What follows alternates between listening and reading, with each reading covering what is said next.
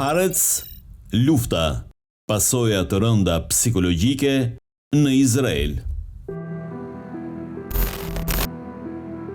Ankthi, pagjumësia, dhuna në familje, varësitë dhe vetvrasjet janë në rritje në Izrael, ndërsa ekspertët paralemrojnë se lufta ka shkaktuar një krizë të paprecedent të shëndetit mendor. Sipas tyre, pasojat psikologjike të konfliktit do të vazhdojnë të shfaqen për vite me radhë. Një numër në rritje ushtarësh, rezervistësh dhe civilësh po përballen me trauma të rënda psikologjike si pasojë e luftës. Historitë e personave që humbasin aftësinë për të punuar, izolohen nga shoqëria apo tentojnë vetvrasjen, po bëhen gjithnjë e më të zakonshme.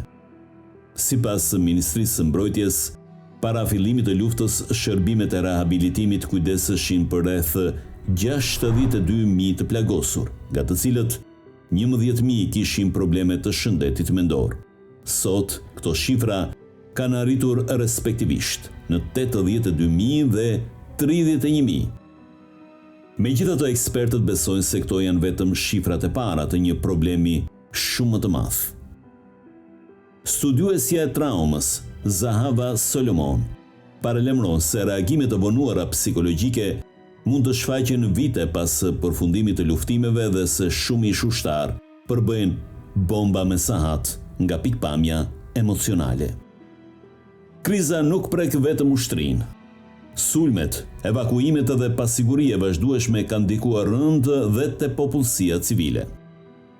Numri i personave të njohur zyrtarisht si të dëmtuar psikologjikisht nga aktet e dhunës është rritur nga rreth 6.000 para luftës në mbi 69.000 sot. Profesor Yossi Levi Belz thotë se shoqëria izraelite po përjeton atë që quhet trauma kolektive, një fenomen që prek jo vetëm individët, por të gjithë komunitetin. Sipas tij, shoqëria është e lodhur, e zhgënjur dhe e mbushur me pasiguri për të ardhmen. Studimet tregojnë se simptomat e stresit post-traumatik janë rritur ndjeshëm. Para luftës, rreth 16% e popullsisë shfaqte simptoma të tilla. Një muaj pas sulmeve të 7 tetorit, kjo shifër u rrit në 30%, ndërsa aktualisht mbetet afërsisht 20%, shumë më lartë se mesatarja globale. Pasojat po shfaqen edhe në jetën e përditshme. Numri i viktimave në aksidentet rrugore është rritur ndjeshëm gjatë viteve të luftës. Ekspertët e lidhin këtë fenomen me stresin, agresivitetin dhe vështirësitë psikologjike të popullsisë. Të rinjt janë një nga grupet më të prekura. Diagnostikimet e reja të ankthit të adoleshentët janë rritur me 31%, ndërsa rastet e çrregullimeve të ngrënit me 23%. Gjithashtu shënuar një rritje e fortë e dhunës në familje. Organizatat që mbështesin gratë raportojnë 65% më shumë telefonata për ndihmë krahasuar me periudhën para luftës. Problemet e gjumit janë bërë një tjetër tregues i krizës. Një studim i Universitetit Hebraik zbuloi se përqindja e personave që vuajnë nga pagjumësia klinike është rritur nga 5% para luftës në 28% në fund të vitit 2025. Spitalet psikiatrike në Izrael raportojnë gjithashtu një rritje prej 30-40% të personave që kërkojnë trajtim për herë të parë.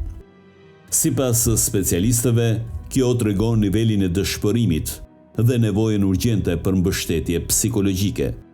Një tjetër pasojë shqetësuese është rritja e përdorimit të alkoolit, drogës dhe qetësuesve.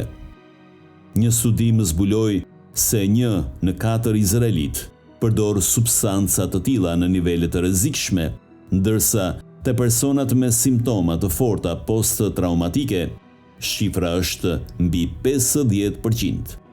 Ekspertët shprehen veçanërisht të alarmuar nga rritja e vetvrasjeve mes veteranëve të luftës. Ata paralemrojnë se ky fenomen mund të përkeqësohet pas përfundimit të konfliktit, kur shumë persona do të përballen me traumën e akumuluar. Ekspertët paralajmërojnë se pa një strategji kombëtare dhe pa fundin e konfliktit, pasojat psikologjike mund të kenë ndikim afatgjat në ekonominë, tregun e punës dhe jetën sociale të Izraelit. Sipas tyre, vendi po përballet me një krizë të shëndetit mendor që mund të lërë gjurmë për dekada.